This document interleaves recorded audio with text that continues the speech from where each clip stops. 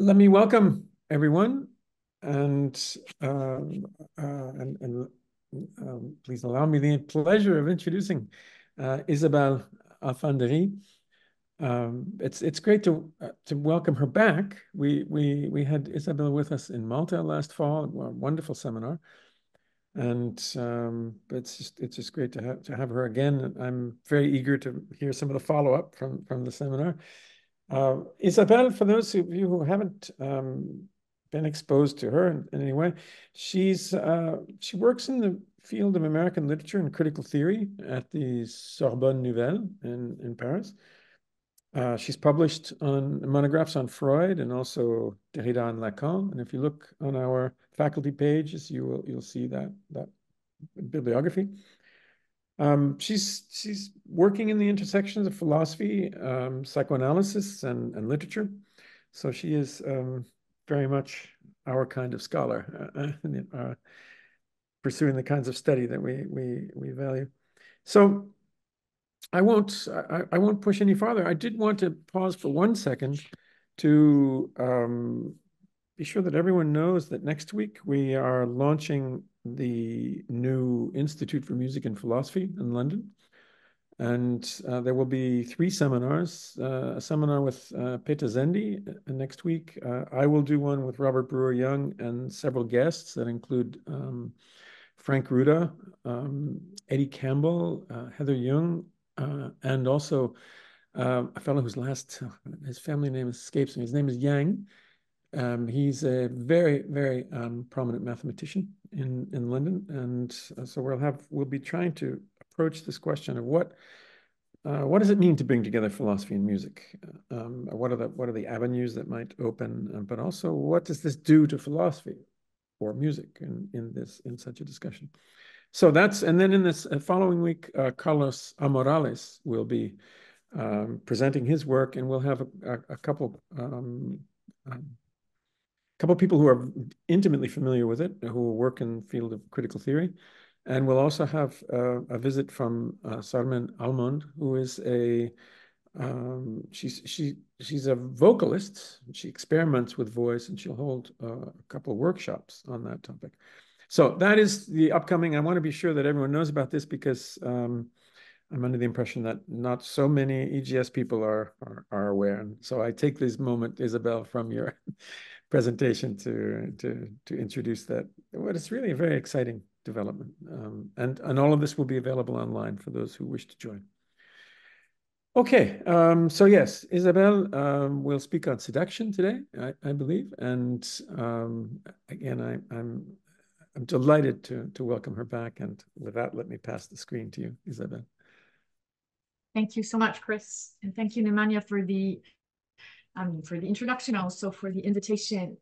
So the topic of my talk tonight is what psychoanalysis knows about seduction. That's the title of my presentation.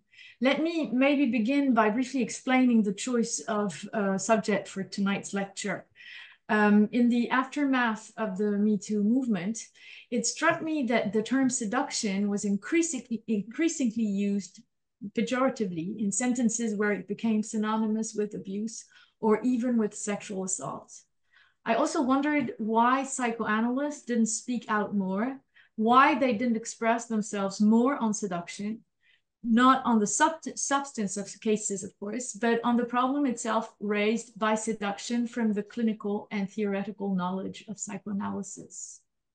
Seduction, what we mean by seduction, what it implies as a relationship, what it stems from, are questions that psychoanalysis has had to address since its very beginnings. We could even say that seduction was one of its inaugural questions, one of the questions that immediately confronted Sigmund Freud, a question that even led Freud to the discovery of what he later called the unconscious, and or what he might call infantile sexuality. Seduction is hence not a concept like any other in the history of psychoanalysis, nor in the conduct of cures. Its early theorization holds a quite singular place at the very origin of Freudian science. Seduction questions the originary and its ambivalent, pharmaceutical nature. Psychoanalysis has a long, complex, and winding relationship with seduction. Freud's discovery of its traumatic and pathogenic effects was inaugural in his career and his work. His groundbreaking decision that I shall come back to regard the recollections of the so-called hysterical patients as fantasies rather than real scenes marks the very founding act of psychoanalysis as an autonomous discipline.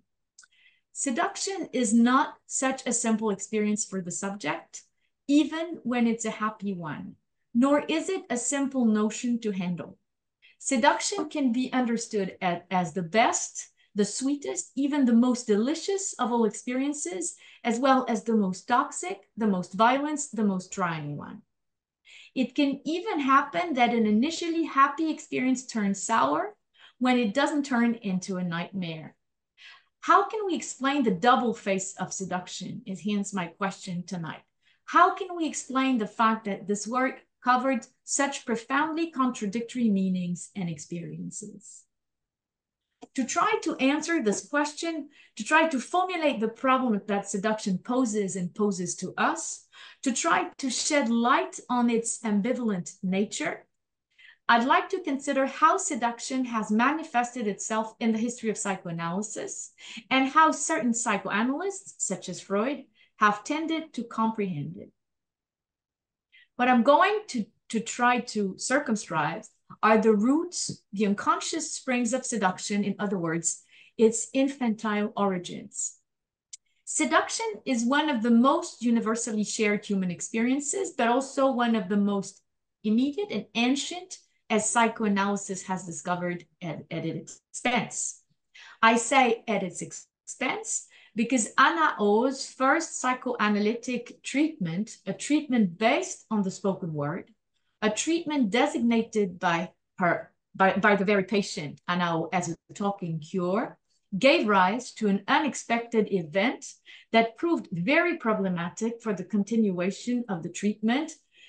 In fact, the patient, Anna O, and the therapist, Joseph Breuer, were both caught up in a relationship of seduction so intense that it resulted in Breuer's untimely and unexpected flight to escape the attraction he felt for his patient and to put an end to the jealousy of his own wife, who reproached him for neglecting her in favor of the young woman at whose bedside he spent many hours every day. While Anna O's state of health had improved under the effect of the talking cure treatment, the unexpected suspension of care for the reasons I have just mentioned led to her immediate and severe collapse and relapse. That same evening, the doctor was called back to see that his patient was in a state of mental confusion and suffering from severe abdominal cramps. When questioned about the origin of these disturbances, Anna O is said to have replied, "It's Dr. Breuer's child that's coming." Frightened by the episode, Breuer this time fled for good with arms and baggage, taking his wife to Venice, where they conceived a legitimate child. I don't wish to go into too much detail on the episode that has been the subject of much commentary and which actually enabled Freud to put forward the hypothesis of transference at the very heart of the psychoanalytic process. But I would simply like to emphasize that seduction, a seduction that was, moreover, as reciprocal as it was blind, violently marked the first psychoanalytic treatment. The analytic relationship is not immune nor exempt from seduction or its risk, quite the contrary, actually. Psychoanalysis always has had to deal with seduction in treatment. For reasons that have to do with what psychoanalysts call transference, which is defined as the unconscious repetition of repressed infantile movements in the space of the treatment, in the space of the cure, seduction, as the most originary bond, is practically unavoidable. The analytic cure based on transference, the bond between analyst and analysand, is hence the scene of ancient seductions that inevitably come back and find in the cure a topicality that can become burning. It's up to the analyst, as far as Freud could say, to spot them, interpret them, and above all, guard themselves against them. Freud drew from the misadventures of his colleague Breuer the rule of abstinence for the analyst, an ethical and also therapeutic rule, which does not prevent the patient's seduction from being exercised, quite the contrary, but which enjoins the analyst not to succumb to it unless she ceases to occupy his or her place as analyst. So psychoanalysis has had to deal with seduction from the very outset. Seduction, the seduction of the other, but even more so, the seduction of which the other is the object, is one of the oldest and most archaic forms of relationship, at the very origin of the bond to the other, and in particular, to the so-called maternal other. For Freud, the first seductress of the child, whether boy or girl, is actually the mother. The mother's seduction of the child is anything but anecdotal. In fact, it's described as vital for the child. When a child is unwelcome, to use the words of a Hungarian psychoanalyst, Sándor Ferenczi, when the child doesn't receive love from his or her parents, and in particular from the person that nurtures and cares for him or her in the very first moments of their lives, most often, of course, the mother, the child may not survive. As Freud discovered, the first seduction in an individual's life, an innocent, unconscious seduction of the mother, of the first other, is crucial to the psychic development of the human infant. In an essay on applied psychoanalysis entitled A Childhood Memory of Leonardo da Vinci, published in 1910, Freud takes a close look at the emblematic figure of the Renaissance genius, an enigmatic figure of a man, Leonardo da Vinci, driven by an immeasurable desire for knowledge and creation, but to whom no love affair was known, only a very few homosexual inclinations. It is in this study that Freud establishes the mother as the child's primary seductress who animates the subject psychically, setting him or her into motion. Freud describes that the particular circumstances of Leonardo's life, which gave him, so to speak, two mothers, his mother and his stepmother, and the extra love he received from his real mother in particular, left an indelible mark on his life and work. Freud goes so far as to argue that the imprint of this love is visible in some of the painter's most famous works, practically right on the canvas. Freud argues that the legendary smile of the Mona Lisa, the smile that millions of men and women have flocked to see for years, the canvas that Leonardo would never part with, even though it was a commissioned work, and that he even brought back with him when he emigrated to France, this smile is not legendary by chance. For Freud, this painting is the manifestation, quote, of the secret of the great and accomplished happiness that must be kept silent. The well-known bewitching smile makes us suspect that it is the secret of love, end of quote. In the Mona Lisa mysterious, infinitely gentle smile, Freud reads the transposition of the smile of motherly seduction, as well as the transference of the cherished child's joy under the effect of the mother's tender gaze and kisses. Freud further supports his hypothesis based on a childhood memory, the so-called vulture fantasy of Leonardo, that the painter must have received overflowing demonstrative love from his very young mother, from whose arms he was torn by his father between the ages of 3 and 5. While reading Leonardo's thick notebooks, Freud came across a pseudo-memory dating back to his earliest childhood, in which a vulture was said to have opened the child's mouth by stroking him with its tail while he was in his cradle. Freud interprets this fantasy as testifying to the power of the erotic relationship with the mother, the eroticization of the child by maternal love and care. Leonardo's complex is first and foremost a motherly complex for Freud, to the passionate love of his young mother, neglected by the father, and mother who deflected her unsatisfied sexual inclinations onto the child, is added the presence of a second maternal figure in the person of the stepmother, no less loving and attentive than the first. According to Freud, Leonardo's genius and misfortune can be explained by what he calls an excess of motherly love. Here is Freud, and I'll try to share my screen with you if I manage. Sorry. Okay. Share. Okay. And this is the, okay.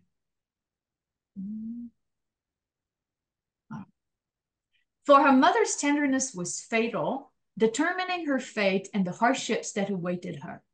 The violence of the caresses evoked by her vulture fantasy, was all too natural. The poor abandoned mother had to let all her memories of past tenderness spill over into maternal love, as well as her longing for new tenderness. She was driven not only to compensate herself for not having had a husband, but also to compensate the child for not having had a father who wanted to caress him. A mother's love for the infant she nurses and cares for is something of far greater depth than her later affection for the adolescent child. This love has the nature of a fully satisfying love relationship, which satisfies not only all psychic desires, but also all bodily needs. And if it represents one of the forms of happiness accessible to the human being, this does not derive in the least from the possibility of satisfying without reproach also long repressed motions of desire, which should be designated as perverse. So this is Freud on Leonardo's mother. Freud doesn't explicitly state that maternal seduction is ambivalent, but we must take seriously the words that he uses, the words of violent caresses, and later the words of sinister threat of the so-called maternal smile. And I quote again, Freud, the mother had to pour out, Freud writes, in maternal love, all her memory of lost tenderness and her longing for new tenderness. She felt impelled, Freud writes, not only to compensate herself for not having a husband, but also to compensate the child for not having a father who would have caressed him, end of quote. Leonardo's case hence reveals with extreme intensity the seduction of which a mother is capable. Through her smiles, through her caresses, through her singing, through the care she lavishes on the child, Freud sees the mother as the first seductress. To seduce comes from a Latin etymology, seducere, which means to take away, to separate, to bring towards oneself. The mother literally seduces the child, drawing him or her away from his real powerlessness, from the distress in which he, Leonardo, is sometimes plunged or was sometimes plunged, what Freud called the feeling of helplessness, Hilflosigkeit, the feeling of being in the world without help, without recourse.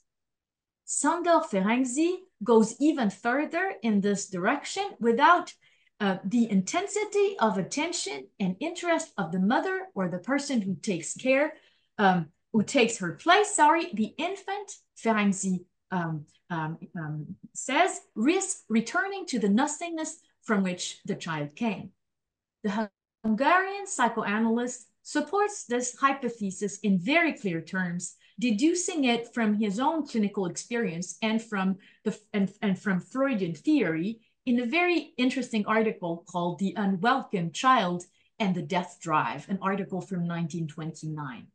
From Ferenczi's point of view, we could say that the mother's seduction of the child not only rescued the child from the need in which he or she finds himself herself, but also strengthened the child, fortifying her link to life and his or her desire to live.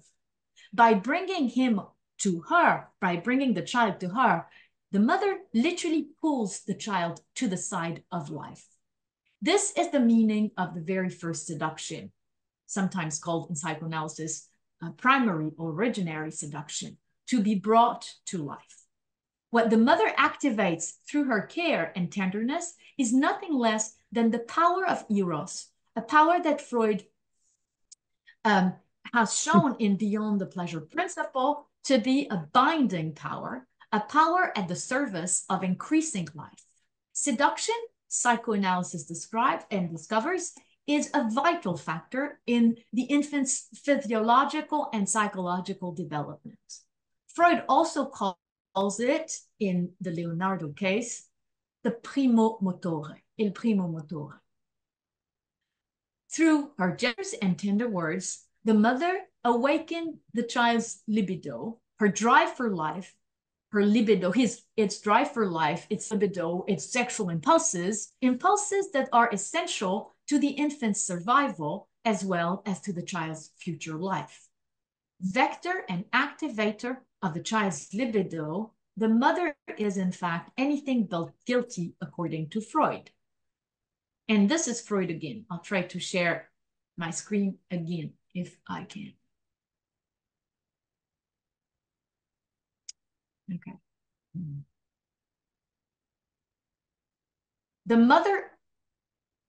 mother would probably be frightened if it were made clear to her that it is she who, with all her tenderness, awakens her child's sexual drive and prepares its subsequent intensity. She regards what she does as pure asexual love, since she carefully avoids giving the child's genitals any more stimulation than is essential for bodily care. But we know that the sexual drive is not only aroused by excitation of the genital zone. What we call tenderness will inevitably one day manifest its effects on the genital zones too. If the mother understood better the high significance of drives for all soul functions, for all ethical and psychic realizations, she would also spare herself all self-reproach after this clarification.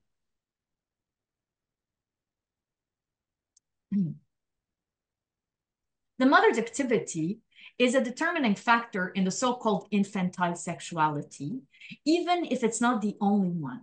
The seduction of which she is the author literally activates the child's life forces, supporting its nascent erotic motions. The mother is unaware, according to Freud, that her tenderness will leave a lasting mark on the child's sexuality. This misunderstanding, which Freud sees in part as the result of a repression, is nevertheless vital to the infant. In certain cases, maternal seduction can prove too intense for the child. This was the case with Leonardo da Vinci's mother, whom Freud considers to have transferred to her son all the love she could no longer give to the child's father, who abandoned her. The love with which she covered the child was not devoid of a certain ambivalence, undoubtedly unconscious, but no less active. However, the mother is far from being the child's only seducer. In the history of psychoanalysis, the father very early on occupied the position of real or fantastical seducer. Many of Freud's early patients were women, young or old, called the hysterics, by the psychiatry of Freud's time, who in the course of their treatment came to recall scenes of sexual seduction. As Laplanche and Pontalis write, these scenes in which the initiative is taken by the other, generally an adult, and can range from simple advances in word or gesture to a more or less characterized sexual attack. This is what Laplanche and Pontalis call a clinical discovery in psychoanalysis. Freud also realized that in many cases, his female patients had relationship with their fathers whose closeness and intensity, which were not without sexual charge, could prove very pathogenic. Freud can be criticized, for his reluctance to recognize the sexual attacks of fathers on their daughters. One of Freud's very early case, the Katharina case in Studies on Hysteria, which dates back to 1895, tells the story of a paternal incest without naming it. Freud meets a young patient around the age of 18 on one of his walks in the mountains. The scowling young woman working in the family inn learned that he was a doctor and took the opportunity to call out to him for help.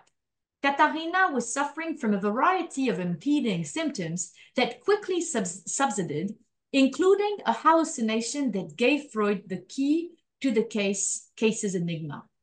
During a flash cure, it transpired that the face of the man the patient saw appear before her eyes was none other than that of the supposed uncle who had repeatedly tried to sexually abuse the young girl.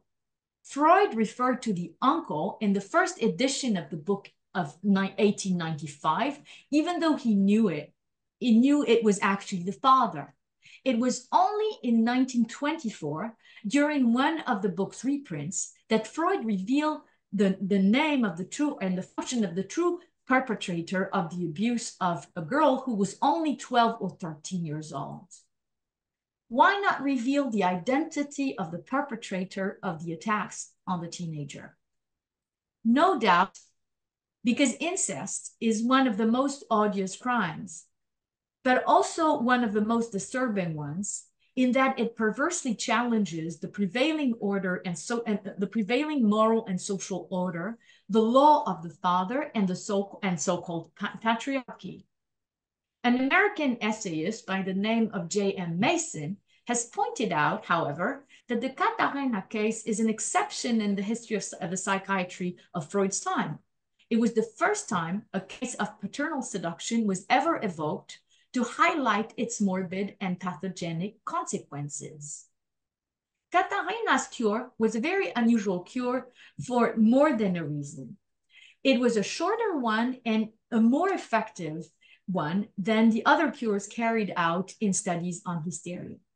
As a very young therapist, Freud recognized that Katharina's nervous state was the result of incest and not a constitutional morbid disposition.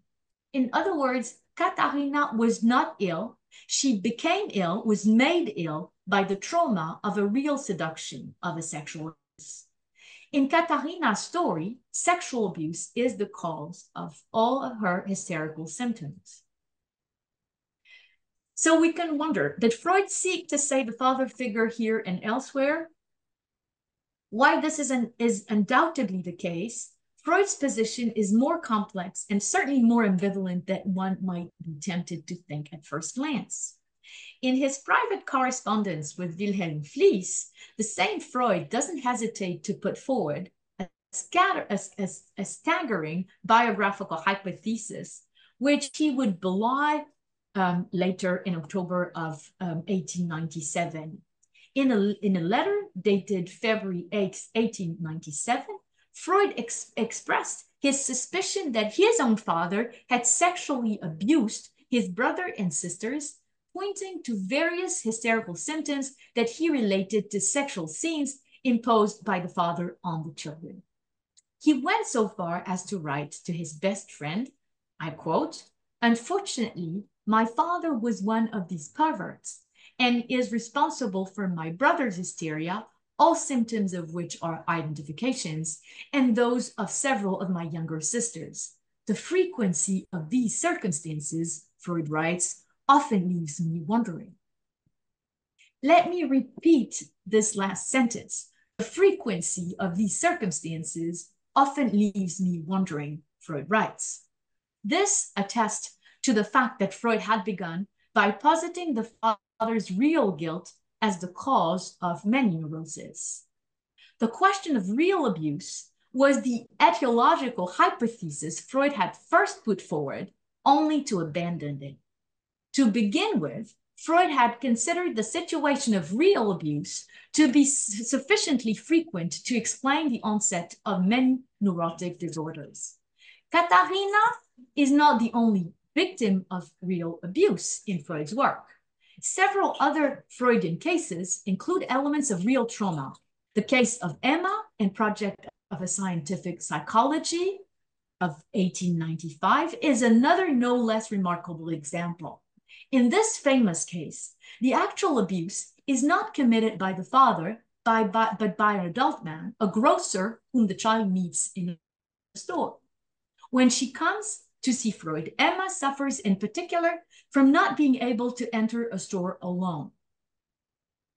She blames this on a scene that happened when she was 13. She had entered a store and was surprised by the mocking laughter of two clerks. The clerks made fun of her clothing, or so she thought. Analysis reveals another causality, this time anterior to the conscious event of the mocking laughter. At the age of 8, Emma had twice entered a grocery store to buy sweets, and the shopkeeper had reached through the fabric of her dress to touch her genitals. Emma Eckstein's case, which revolved around a real life seduction, was one that enabled Freud to develop his third theory of trauma and Nachträglichkeit, based on the so-called traumatic action of lived experiences. Be that as it may, in 1897, quite early in his career and in the history of psychoanalysis, Freud abandoned the so-called traumatic sexual etiology of hysteria, i.e., his original hypothesis that neurosis were the result of a real seduction and lived experience. The story of this so-called renunciation of his so-called neurotica is very well known. In a letter to his friend and colleague Wilhelm Fliess, dated September 21st of 1897, Freud revoked them. This is Freud, and now I'm going to confide in you right away the great secret which over the last few months has been slowly emerging within me. I no longer believe in my neurotica. With this sentence, I no longer believe in my neurotica, Freud renounced a purely traumatic etiology for hysteria. In other words, he gave up the idea that his female patients suffered primarily from actual sexual abuse, even though he continued to regard the sexual factor as central to the onset of psychic disorders. In his view, they were in fact suffering from the effects of what he called phantasmatic scenes.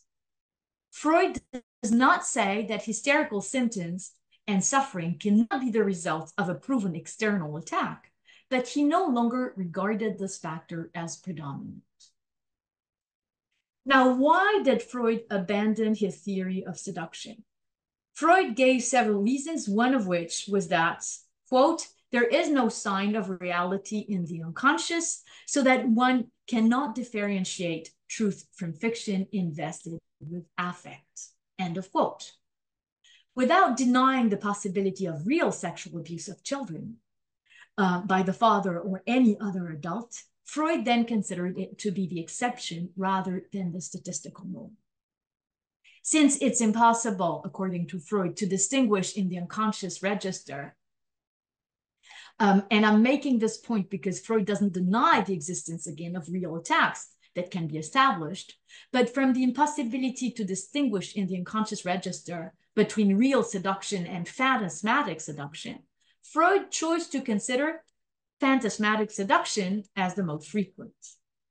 Put in simpler terms, it's not possible that so many perverted fathers abuse their daughters given the prevalence of hysteria in the general population. Here's what Freud wrote. Then, the surprise of seeing that in all these cases, it was necessary to incriminate the father as perverse without excluding my own. The observation of the unexpected frequency of hysteria, where each time the same condition is maintained, whereas Freud goes on to write, such an extension of perversion with regard to children is all the same unlikely, end of quote. Freud's reasoning was thus as follows. Given the frequency of neurotic affections, one would have to conclude that a considerable proportion, if not a majority of fathers, really do abuse their children, a conclusion that Freud was neither willing nor able to come to. Now, this Freudian renunciation coincides with the discovery of the Oedipus complex and more generally of what Freud calls infantile sexuality. The Oedipus complex, which was formulated a month later in a letter to Fliess of October 15th, 1897, and whose broad outlines Freud sketched from his own biography and self-analysis in his letters to Fliess, takes over from this theory of seduction. Seduction changes sides with the Oedipus complex. From now on, it's the child who seeks to seduce the opposite sex patient in order to curry favor. In the ancient myth, Oedipus, following the oracle's prediction, kills his father and makes love to his mother.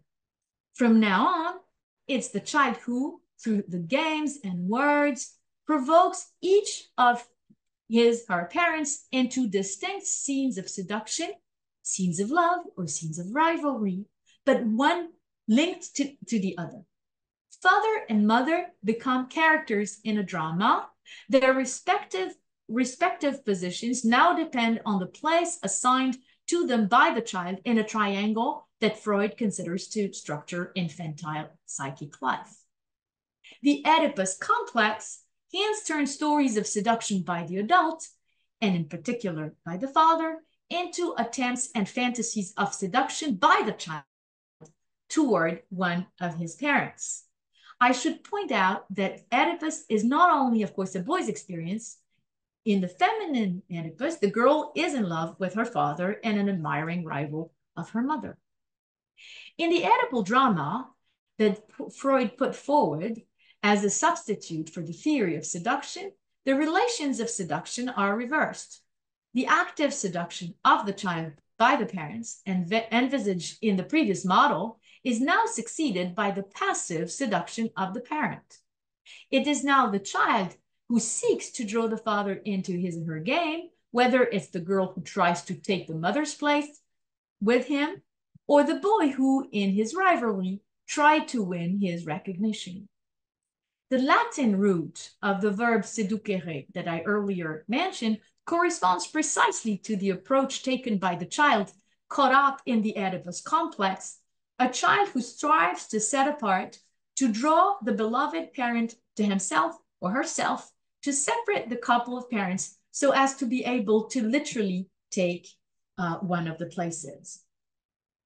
At the same time, as Freud abandons, the idea of a real seduction of the child by the adult as an explanation for hysterical disorders, Freud comes to support the idea of psychic reality. What is psychic reality? It's the unconscious fantasies and ideas that are not based on events that have actually happened, but which have the same pathogenic force for the subject as if they had. After 1897, memories of sexual assaults and cures were hence largely retranslated and reinterpreted by Freud as fantasies of seduction. For Freud, however, a fantasy is not an affabulation. It is a so-called formation of the unconscious, the result of an unconscious process whose psychic reality is indisputable. Freud maintains that in many cases, traumas are not without truth, but their origin may not be material.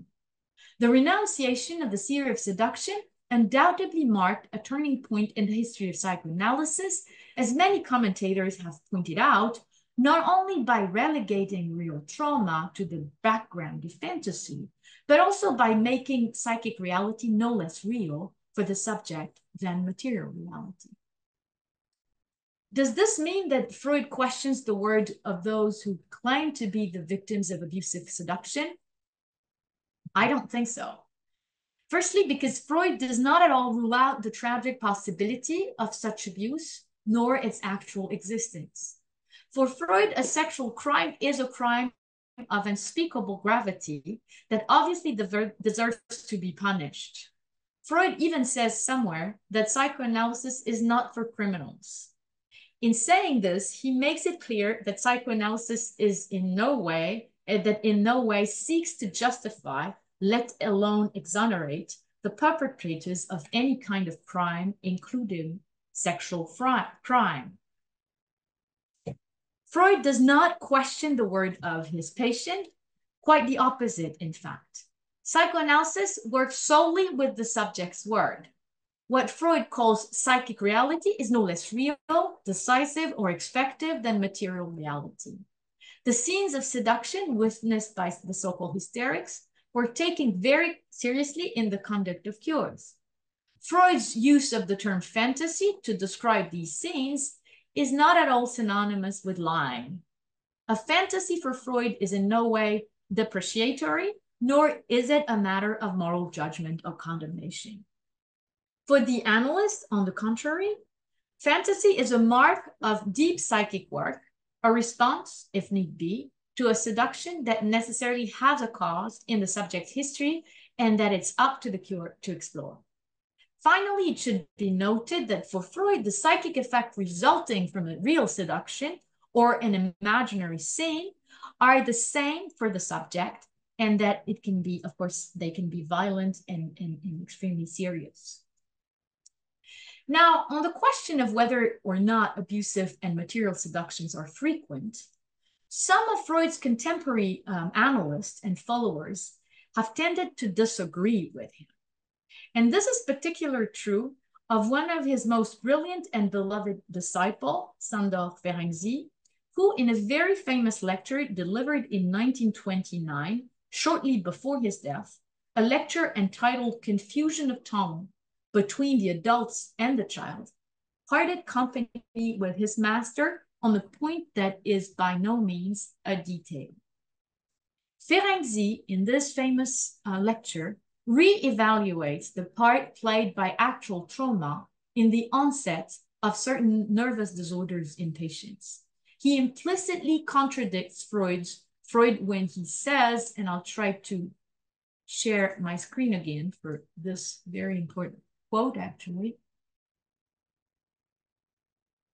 Today, oh, okay. I'm not sure if you can see it.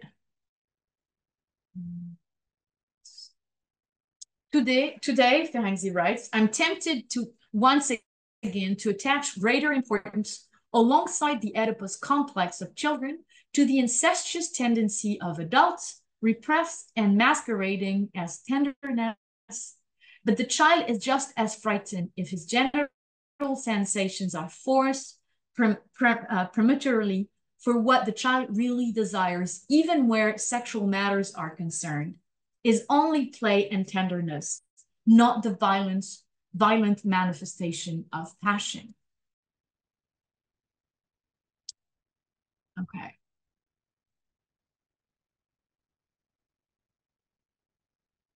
Ferenczi's position, which has often been debated and disputed in analytic circles, deserves a closer look. Ferenczi does not consider the seduction of the child by the adult to be an exception. And this is Ferenczi's, difference from Freud, departure from Freud. However, what Ferenczi calls incestuous seduction can be unconscious, bordering on innocence, as was the case with Leonardo's mother, whose passionate kisses to the child implied neither violence nor perverse enjoyment on the mother's part. Ferenczi later writes, let me share my screen again.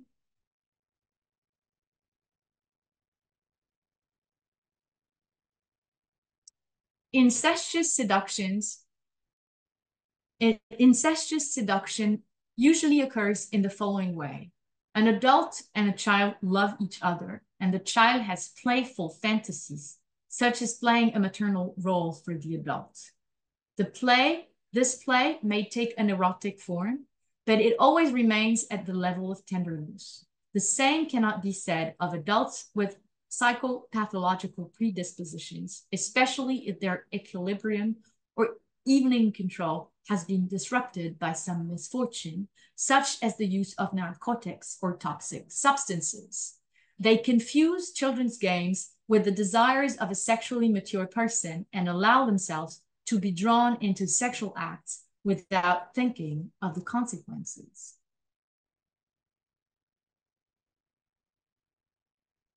For Ferenczi, cases of real abuse by people who can be described as perverse, Ferenczi even calls them people with psychopathological predispositions, are unfortunately far less rare than is often claimed.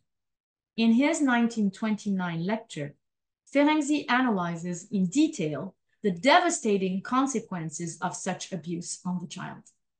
He continues, if the child recovers from such an aggression, he or she experiences enormous confusion.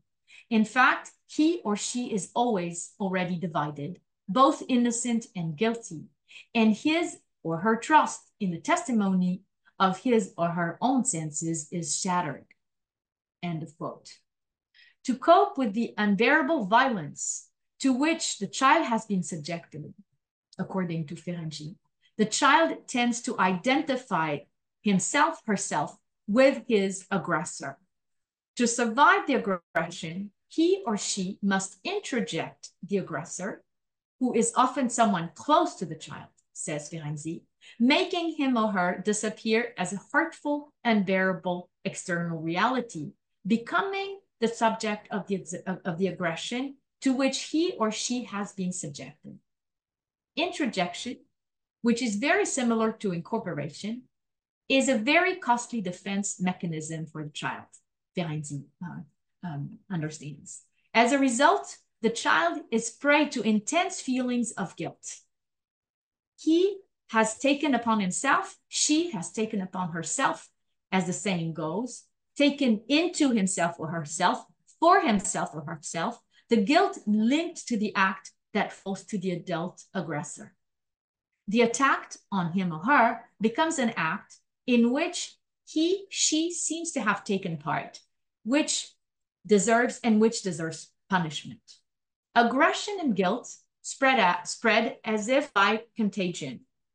In a book recently published by a French writer, Camille Kouchner, called La Familia Grande, a book in which this French writer, whose twin brother was sexually abused by his stepfather, in which Camille Kouchner, the writer, played the role of confidant to the child and accomplice to the adult who would pass through her room, sit on her bed, and talk to her to ensure her silence before committing his misdeeds. Here is what Camille Kouchner says about the guilt she felt by proxy.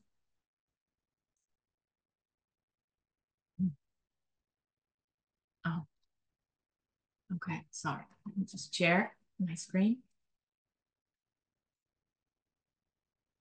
This is Camille Kouchner. Guilt is like a snake. You expect it to unfold in response to certain stimuli, but you don't always know when it will come to paralyze you. It makes its way, traces its path. Guilt seeped into me like a poison and soon invaded all the space in my brain and heart. Guilt moves from object to object. It takes on many faces and makes you regret anything and everything. My guilt has many ages. It celebrates all its birthdays at the same time as me. My guilt is my twin, a new moan. First, guilt drowns memory. It erases the face to leave its prey in the dark. Neither Victor nor I can say for sure how old we were at the time, 14, I think. The psychic disturbance of the abused child, what Ferenczi calls confusion, is all the greater for the fact that it is not uncommon for the adult to behave in a crude and perverse manner. This is Ferenczi. Almost always, the aggressor behaves as if nothing had happened and consoles himself with this idea. Oh, it's only a child. He doesn't know anything yet. He'll forget all about it. After such an event, it's not uncommon for the seducer to adhere closely to rigid moral and religious principles, endeavoring by this severity to save the child's soul. End of quote. While the child is prey to self-accusation, the aggressor, on the contrary, is often quick to exonerate himself of any fault if he doesn't go even further. In another French book, recently published, Le Consentement, Vanessa Springora, another French essayist, who was the very young victim of a renowned French writer, Gabriel Magneff's sexual assault, writes, this is Springora, what characterizes sexual predators in general and pedocriminals in particular is their denial of the seriousness of their acts. They usually present themselves either as victims seduced by a child or an enticing woman, or as benefactors who have done nothing but good for their victim, end quote. In his 1929 lecture, Ferenczi discusses the catastrophic effects of the adult's darkest, most violent, most criminal seduction of the child. Although Ferenczi is careful not to consider seduction in this light alone, he concludes that seduction between adult and child nevertheless always involves the possibility of a potentially traumatic overflow. The image of the confusion of tongues between adult and child is telling in this respect. The adult's pleasure cannot be translated into the child's libidinal experience. Abuse is the extreme form of an intrusion. This is the original meaning of the word trauma, by the way, which means injury, lesion, into the child's body that the child's psyche cannot understand, recognize, nor process. It's the untranslatable nature of the child's it's the untranslatable nature of the adult's sexual proposition that gives these scenes their traumatic potential. Ferenczi warns adults in general, and parents in particular, against overly demonstrative and passionate expressions of love, which, as in the case of Leonardo's natural mother, can constitute a quasi-traumatic awakening of the child's erotic sensitivity. Kisses and caresses by adults can be more or less well tolerated by a child, as they tend to produce an excessive and unpleasant influx of arousal. I'll try to, okay, let me just share my screen again with you if I can. Here. Okay.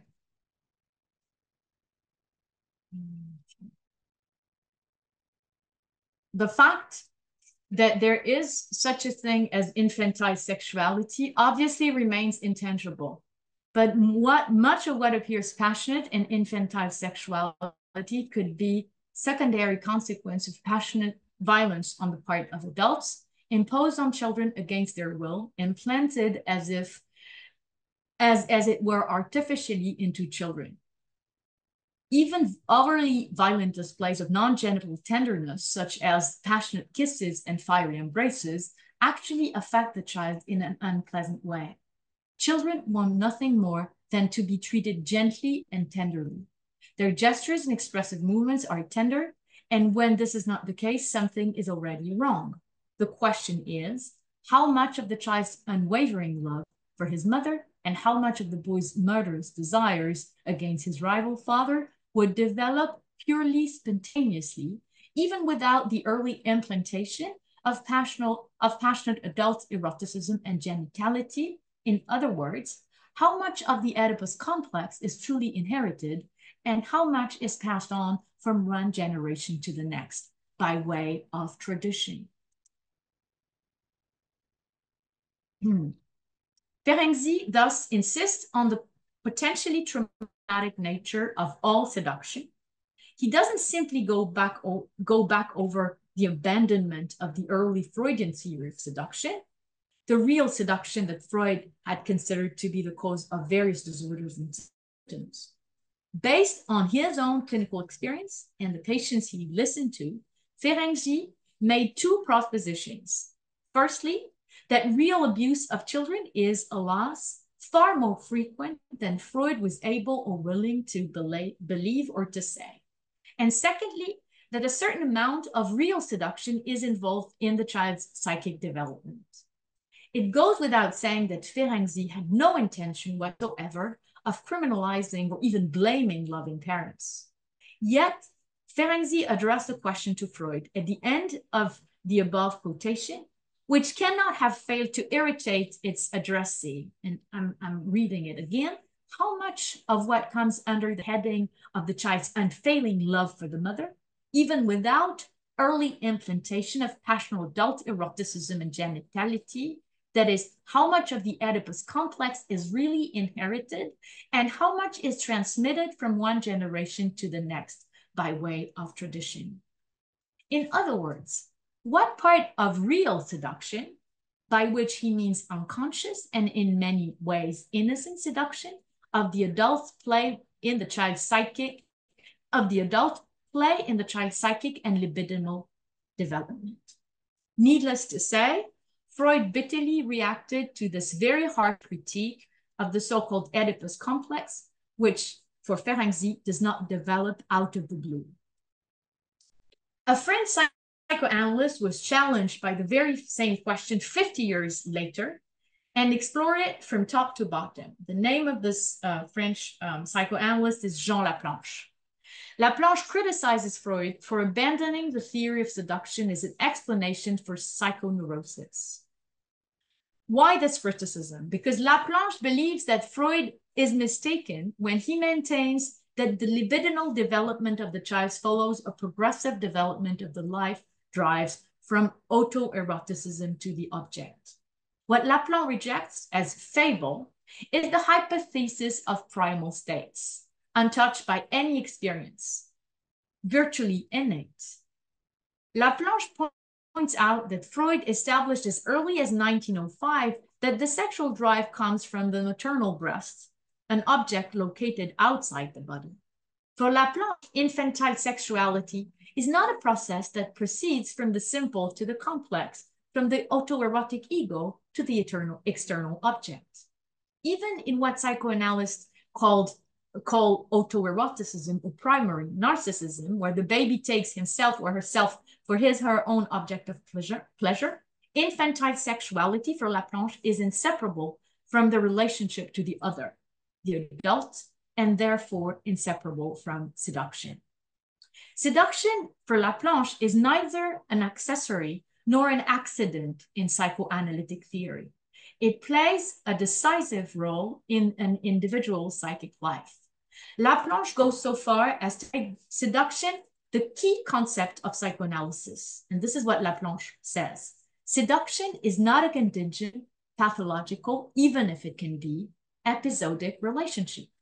It is based on the relationship from which the human being cannot escape, what I call the fundamental anthropological situation. This expression of fundamental anthropological situation deserves a moment's reflection, as it can be understood in more than one sense. What Laplanche means by this fundamental anthropological situation is, first and foremost, that all human relationships derive essentially from the original relationship of seduction that binds the child to the adult. According to Laplanche, seduction is the mother of all relationships, the mother of all future seductive relationships, but even more so of all the bonds that the human infant will form with its fellow human beings, the condition of possibility of any bond. The original seduction relationship has a unique characteristic that you may have noticed. Even when it remains tender and measured in its manifestations, as Ferenczi recommended, it brings into play the subject's libido, what Freud called infantile sexuality. It is a relationship marked by what Freud called the unconscious, i.e. repression of which the example of Leonardo's mother is so emblematic. This woman, Leonardo's first mother, probably didn't know what she was doing, what she was committing herself to by showering her little boy with kisses and tender attentions. Seduction is hence a relationship whose in and outs, levers and very event are far from being immediately comprehensible or rememberable to the subject, big or small. I'll explain it in a moment. Laplanche considers that infantile sexuality, as was discovered by Freud, is essentially human. What he means by this is that infantile sexuality is not activated by any hormonal process that comes into play, for instance, at puberty. This is Laplanche. It is precisely between birth and puberty that what Laplanche calls human sexuality is located, the infantile sexuality discovered by Freud and which continues to cause scandal, Laplanche writes. According to Laplanche, infantile sexuality, the oral, the anal stages in particular, have nothing to do with sexuality in the physiological sense of the term. The French psychoanalyst does not deny the idea of human instinctual sexuality, a sexuality aimed at the preservation of the species, nor does Laplanche deny the existence of biological sexuality in the Darwinian sense. But this sexuality that he means corresponds to a hormonal, but this sexuality, this biological sexuality, corresponds to a hormonal maturation that takes place at the opposite time to infantile sexuality. Admittedly, sexuality in the sense of the development of the genital organs under the effect of hormonal release comes after infantile sexuality, but, Laplanche writes, for all that, it is in no way its legitimate heir. The sequence of infantile stages described by Freud is not a very credible fiction. End of quote. So what Freud called infantile sexuality and sexuality in the biological sense of the term are hardly naturally articulated for Laplanche, even if they do resonate with each other or even collide with each other from adolescence onward. Let's not put words in Laplanche's mouth. Adult sexuality is dependent in its fantasies, inhibitions, and desires on infantile sexuality, and largely unconsciously so. So the physiological development of the reproductive function, also known as the sexual function, is not at all for Laplanche a continuation of the psychic and libidinal life of childhood. With the discovery of infantile sexuality, psychoanalysis definitely separates the orders of reproduction and human sexuality, and in this respect, separates humans from the animal kingdom, sexuality being an essentially psychic affair and the erotic drive being not at all for Freud instinctual. What Laplanche means when he speaks of seduction as the fundamental anthropological situation is, and I quote, the situation from which the human being cannot escape. It is the adult-child, adult-infant relationship. The adult who has an unconscious, as psychoanalysis has discovered it, a sexual unconscious essentially made up of infantile residues, a perverse unconscious in the sense of the three essays. The child who has no genetic sexual fixtures, who has no hormone activators of sexuality. So what Laplanche means by fundamental anthropological situation is the human relationship par excellence, the one that humanizes the human, a relationship that is necessarily dissymmetrical, but perhaps not for the reasons that we think. And I'd like to share my screen again. This dissymmetry, the dissymmetry comes from the fact that only the adult harbors within himself or self a repressed infantile sexual unconscious, and that this unconscious will try to infiltrate the self-constructive communication to the point of rendering it almost unintelligible. This is what I call the enigmatic messages addressed to the child. For Laplanche, seduction is the other name for the relationship between the adult and the child, the infants, etymologically the one who doesn't speak. Here's what characterizes it according to Laplanche. The message, Laplanche writes, is scrambled. On the adult side, the unconscious intervenes in a one-sided way. I would even say the adult's infantile unconscious, insofar as the adult-infant situation is one that reactivates these infantile unconscious impulses in the adults. Seduction for Laplanche, conceived of as a fundamental anthropological situation, pits an adult who harbors what Laplanche calls an infantile unconscious against a child who doesn't yet have an unconscious and receives a blurred and confused message from the adult, a message that has to do with the sexual.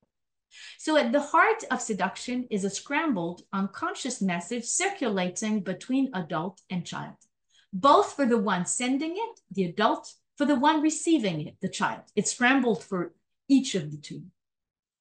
How is this possible? The adult's sexual unconscious is reactivated, says Laplanche, in the relationship with the toddler, with the infant.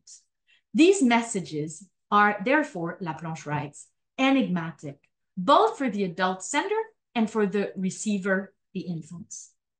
Laplanche has thus interpreted the vehement caresses of Leonardo's mother as the so-called message inscribed in the first time, the fable of the bird, of the vulture, being only the memory screen of this repressed experience. The caresses of the mother had the effect of an enigmatic message for the child Leonardo, which Laplanche tells us is partially sexual, this message, as he received it without being able to understand it, but a message whose meaning was also unknown to Leonardo's mother herself. This is a key point for Laplanche, even if not all analysts would agree with him. Seduction is a relationship that pits child and adult against each other and in some pathological cases makes the child the adult's prey, but only in some pathological cases. According to Laplanche, seduction implies a relationship of the known and of what I call minority for the child, but also for the adult, insofar as it sends the adult back to her own childhood, to his own being an infant, to the time when she, himself, herself received this message without being able to do anything about it. Saying this, in no way, exonerates adult abusers, of course. I'll just skip to my conclusion. And so what does psychoanalysis know about seduction? That was my originary question, inaugural question. Psychoanalytic knowledge of seduction, as you understand, is not unified or consensual. It's a knowledge that is essentially based on the knowledge of, on the knowledge of cure. At the end of this overview, it's clear that not all analysts, even in the Freudian tradition, don't agree on the status of a theory of seduction, nor do they recognize nor do they all recognize the real origin of trauma, nor do they all agree on the cause of infantile sexuality.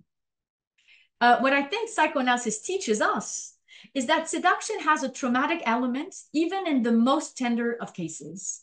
Seduction contains the enigmatic nature of infantile sexuality, the confusion of tongues, of messages that the child can only passively receive without understanding. Laplanche's seduction certainly pits an adult against a child, but the adult himself, herself, is affected by the child she once was. Seduction is hence an experience largely dominated by unconscious motions that repeat inaccessible and enigmatic childhood scenarios for the subject. What about ordinary and non-pathological seductions? Seductions is played out between men and women, men and men, women and women, referring back to the originary seduction between adult and child that I mentioned earlier after Laplanche. Even seduction between two adults, or even between two children, always involved, in a sense, a third instance, the infantile, in the psychoanalytic sense of the term. That is to say, the repressed, the enigmatic sexual, the relationship to the adult, the power of eros. This is the whole problem with seduction. It is unreasonable, impregnable. It is barely a notion in psychoanalysis. Its theorization has failed in the terms that we know. And yet seduction saturates the space of the treatment and that of the psyche. It can be considered the pharmacon of psychoanalysis in the sense which Derrida, gives to the term. It is as much a remedy as it is a poison. It is unstable and replaceable. And this is Derrida's definition of the pharmacon. The essence of the pharmacon, Derrida writes about Plato, is that since it has no stable essence or proper character, it is, in no sense of the word, be a substance. So what does psychoanalysis know about seduction? Perhaps to conclude only one thing, that seduction, insofar as it raises the question of the sexual, raises the question of knowledge, of what Freud called unconscious knowledge, always potentially, if not essentially, traumatic. Thank you. Thank you, Isabelle. Thank you.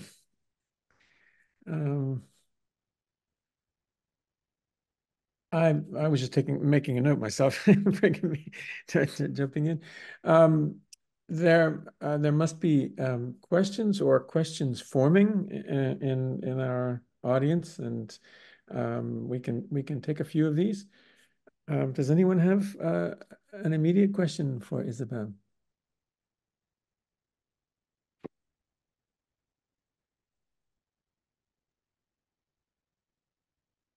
I have a tiny question for you, if you don't, just to get us warmed up and started. Tiny, maybe we'll see if someone else comes in, and then I'll expand it if not, if no one comes in. There's at one point when you were quoting Freud, you referred to Freud referred to the soul. The phrase was all soul functions. What does the soul mean there? I think psychic functions, my translation. Ah, okay. Vidam, soul function, or soul, soul life, means psychic. Psyche, involving the psyche. Okay. I can tell you the reason I'm asking this question is I've been working on Jean-François Lyotard's work on art recently, and this has come in the late work in particular. And in that work, he started to posit the presence of a soul that would be, in some sense, he calls it a bodily thought, whereby you might say an artist, a creative individual, is capable of a kind of anamnesis where there is a relation to the repressed sexuality or a primal affect which hasn't been quite schematized, in a conscious form. And for this, in a certain sense, he's bridging the relation between body, both you might say our everyday phenomenological body, but also the body of an unconscious state of affect. He's bridging that with a possibility of I don't want to say conscious reflection, but the capacity to draw from that past. And I just when you said soul, I thought, oh, I wondered if that linked to what Jean-François was doing with that notion of soul. I'm not sure. I don't remember the German actually, but since you're mentioning Lyotard, so I'm not sure how to answer this question, directly, but since you're mentioning Lyotard, of course, in Lyotard, there is this notion, the Freudian notion of infancy, enfance. Yeah. And this, of course, is, I've been thinking of Lyotard a lot, working on this subject. Because, of course, even though Lyotard does not necessarily link it up to what Laplanche calls or what Ferenczi calls the confusion of tongues between the adults and the child. Of course, the question of the infant and able to speak, which in lecture d'enfance, in Lyotard lecture d'enfance, is very present in the Freudian sense, that is to say, what remains of the infant in the adult, in both sexual but also aesthetic experiences or reading experiences, of course, is inseparable, I think, from stories of seduction. Mm-hmm. Because this, seduction as it is, understood by Ferenczi and Laplanche, of course, stories of infancy, in the most real, sense. And in a sense, what Lyotard calls enfance in the Freudian sense, that has nothing to do with childhood in a sense, in the general sense of the term, certainly has to do with instances of seduction. Yes. That's so I've been thinking of Lyotard a lot. Yeah. Well, we'll have to talk about this, and I'm very interested in what you're drawing from it. I see that there is Kathleen Ruiz, and I can she certainly claims it's amazing, but then she has a question. Yeah. Okay. But just to answer the Amedeo D'Adamo's question, I certainly can send the quotes. No problem. So the question is there a relationship between psychic reality and the epoche, the theoretical moment where all belief in the existence of the real world and consequently all action in the real world is suspended? I understand the question, but I'm not sure, because for Freud, psychic reality again does not exclude a material origin, what Freud calls a tat, a fact. But psychic reality for Freud is the unconscious. That is to say, the repressed, the infantile repressed, under what Freud calls infantile amnesia. Times, I mean, from, the first day of life to maybe 4 or 5 or 6 years old, where you don't remember, a time from which you don't remember anything. And Freud says that this infantile amnesia, that is universal, is a material. Is a bundle of materials that are repressed and that constitute what Freud calls the unconscious. And so psychic reality is this thing, should I say, composed of these materials that for Freud remain in a sense registered, that remain repressed, of course, but to a certain extent available in the dream or in day fantasies or in all kinds of phantasmatic assumptions, sometimes able to be reactivated or to manifest themselves. So I'm not sure if what he means by psychic reality has anything to do with the Husserlian epoche suspension. It isn't indeed. The only connection or the only common thing, even though it's, again, not the same, I think, is that what he calls psychic reality is immediately inaccessible. In other words, it's not suspended in the Husserlian sense, but it's not immediately accessible. It can only manifest itself in dreams, in witzes, yes, for the most part, in fantasies. But so you cannot, in a sense, remember you cannot access by decision your psychic reality. The material reality you can, of course, make sense of. But this psychic reality is part and parcel of everything that you apprehend, that you experience.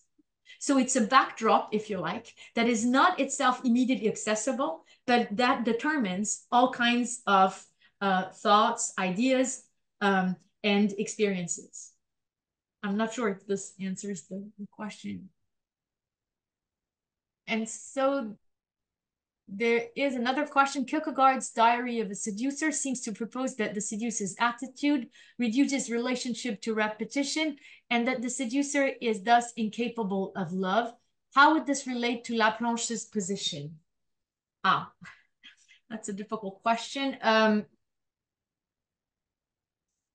not sure if in Laplanche's position, the question of love is immediately addressed. I don't think so, because for Laplanche, the adult's seduction of the child, itself activated by the infantile in the child, if you like, does not exclude nor does it preclude love. It's something else. It's what Laplanche calls the fundamental anthropological relationship. That is to say that something in the adult is reactivated that triggers some form of, the sending, the unconscious or semi-conscious sending of an enigmatic message to the child. And this is interesting also in Laplanche, because there are quite a few times where Laplanche will say, of course, the message is enigmatic and comes from the adult's unconscious and strikes, in a sense, the child that has yet no unconscious.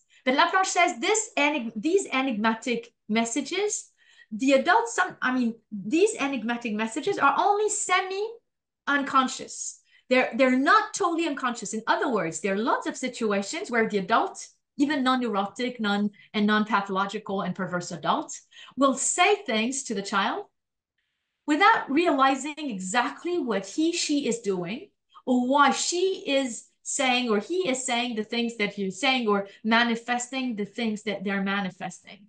In other words, for Laplanche, so I'm not sure if it's exactly the same, because of course Laplanche also has a theory of pathological predispositions.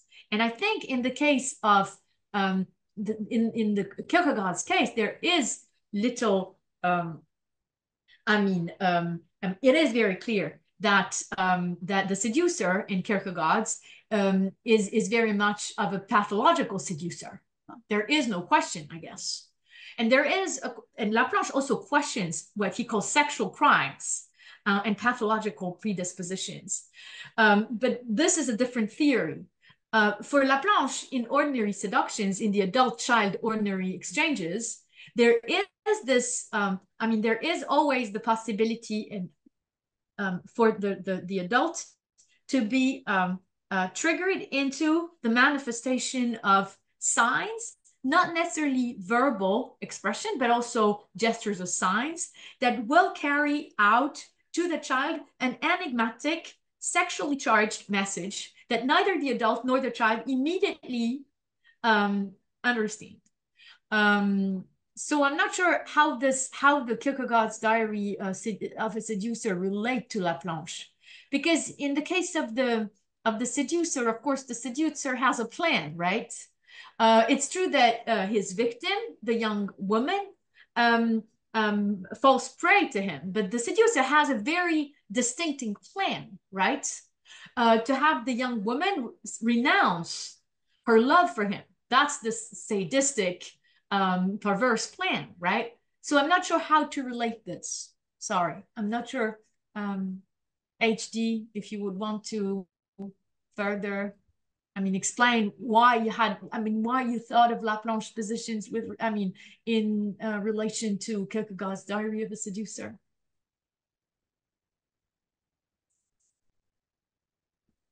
Yeah, just briefly, if I'm audible. Yes, you are. Yeah, it's that I guess the traditional courtly love, which has had such a long history in Western European ideas of love, seems not to be able to break away from a certain degree or a certain practice of seduction. And that's a social thing. So it puzzles me. I don't know how to relate Kierkegaard to Laplanche either, but it puzzles me that the same, let's say, to some degree, the same word, the same concept is being brought in. Okay. And obviously in Kierkegaard also there's a breakdown of the courtly love tradition. It's not working properly, or maybe it's working much too well. I don't know which. Yeah. But I agree. This is a very interesting, remark. But don't you also think that the plan? Because I'm also struck by the fact that in Kierkegaard's there is a plan. It's not a courtly plan, but there is a plan to have the young woman renounce herself, her desire, and her love for the seducer. It's a very, should I say, sadistic plan because I don't know, or masochistic. I'm not sure how to, but perverse in the very definition or clinical definition of the term, no? So that's why I didn't see the relationship, but now I think I see better how you would relate the two. Thank you. Thank you. Maybe, yeah, You're I see that welcome. one question. There's one more question. As a practicing psychoanalyst, I find myself returning to the clinic. I'm intrigued by the retrieval of the seduction theory to psychoanalytic research and practice, especially when it comes to how categories such as sex, sexual difference, and consent are beginning to be explored both theoretically and clinically in a sustained way. I was wondering if you might be able to offer a clinical example of how the seduction theory has appeared in your work in the clinical sense. I'm not sure how to answer this question. I must say that, and without going into the particulars of cases that I'm not allowed to share here or anywhere, that the reason why I have been working on seduction actually, and that I have written this book that is about to come out in November on seduction called the Scandale de la Séduction, the Scandal of Seduction in Psychoanalysis, is that, I mean, the reason for this is my clinic actually. There are lots of instances in my clinic, I guess in any analyst's clinic, where seduction arises, cases in which even, I mean, in the clinic of adults, of course, memories, infantile memories, or questions having to do with scenes of seduction, whether they were real or only phantasmatic, I guess, occur very, very frequently. And my question was, how do we deal with the real of seduction, with the question or with the part, with the role of abusive seductions in the actual clinic? That was my question, I must say. Because after Freud renounced his 1897 theory, I mean, first theory of seduction, memories are supposed to be only phantasmatic reconstructions. And in many cases, the patients were unsure whether it was an actual material memory or a reconstruction. In many cases, the indecidability of the reality of the abuse was questioned. And so, and I don't have an answer for this, but I was struck by the way in which Freud and many of his followers actually rejected Ferenczi's viewpoint and Laplanche's viewpoint. I mean, making a case for the fact that there are more real seductions than one would tend to think or to admit. And this is why I went back to this first theory. I mean, it really stemmed out of my clinic. That in many cases, in men's cures or in women's cures, the question of the part, not necessarily of abuse, of pathological seductions, but the real parts of seductions in the clinic seemed to me to be pretty obvious. And I was wondering how and why, and how we as clinicians, we could deal with it, and how in the history of psychoanalysis, this question had been, in a sense, repressed. For me, it turns out that Ferenczi or Laplanche are not necessarily welcome by all analysts. I mean, and do not necessarily convince all Freudian, let alone Lacanian analysts. And I think the question of seduction being so immediately massive and present in the clinic, I was a little intrigued by the history of such a concept in the history of psychoanalysis. So I'm not sure if this answers your question, but it certainly appears in my work. And if you're a practicing psychoanalyst, I'm sure it appears in yours. Discussing with some of my colleagues, it's pretty clear that the question of seduction is probably one of the most common of all instances, or of the most common phenomenon that an analyst or a clinician might, come across in his or her clinic. Well, I don't see other urgent questions, and that was it's It's a very, very rich presentation today, Isabelle, and I'm sorry for those who weren't with us in Malta, where we got to go into these things a little bit more. But the book will be coming out in November. That'll be exciting, and we look forward to discussing this with you further, you know, in the coming year. So perhaps I could close there and just invite everyone to join me in thanking you warmly for this presentation, and thanking you for being back with us. It's great to see you. Thanks. Thanks. Bye.